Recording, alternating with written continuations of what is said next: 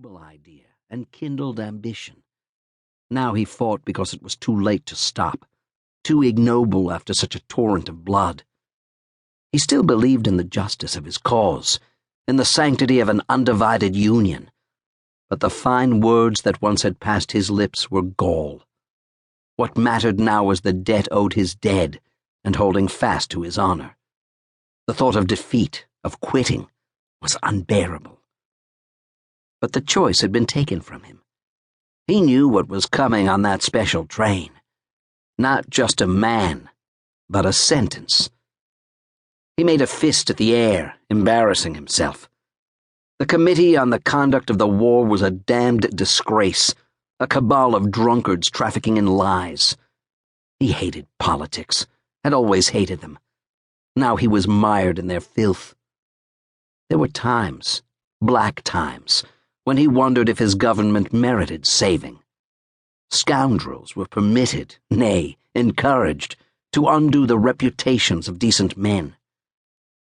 The rain, the rain. Let the spring come and the marching into battle, even if he would no longer be part of it. Let the sun warm the shoulders pressing forward in blue columns.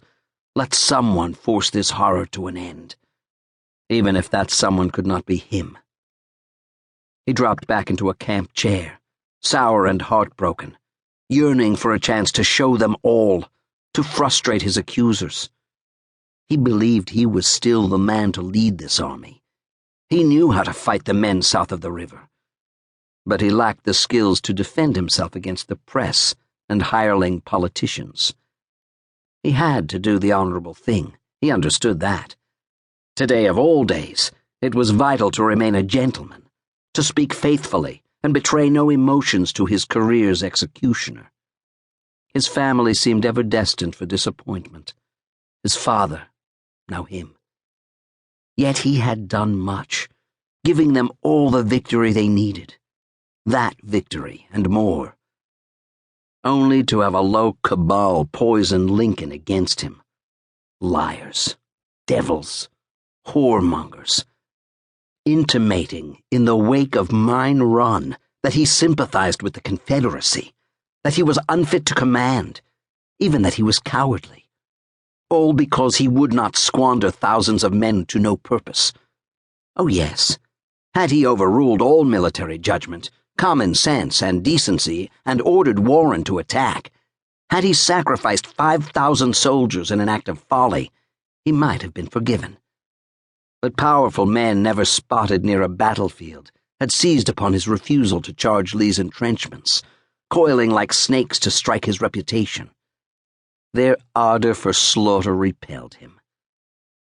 Perhaps he was better off being relieved. He could put this filth behind him, this infinite human vice of cold ambition. He could not understand how men could tell a public lie and then stand by it. He was not made for the politics of command, not for politics of any kind. He knew that his notions of honor seemed quaint, even laughable to the likes of Sickles, Hooker, and Butterfield. But he could not imagine a life lived another way. It would have been best to remain a corps commander, or merely the commander of a division. The leadership of this army had brought with it more threats from the rear than from the Confederacy. He wiped his nose, wet linen on raw skin.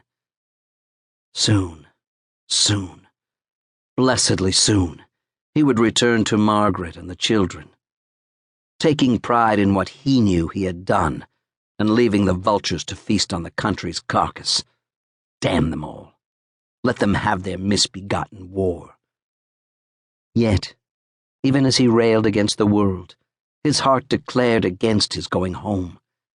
He longed to finish what he had begun, then to go back to Philadelphia in triumph, not odium. The unavoidable speeches of praise by aldermen and consolation banquets at the Union League would only prolong the pain. He wanted to stay here and fight. But the choice was not his to make. Another fit of coughing dragged him back to the front of the tent. He hacked up what phlegm he could and spit into the mud. Still nothing, only more rain. Preferring to do things properly, he would have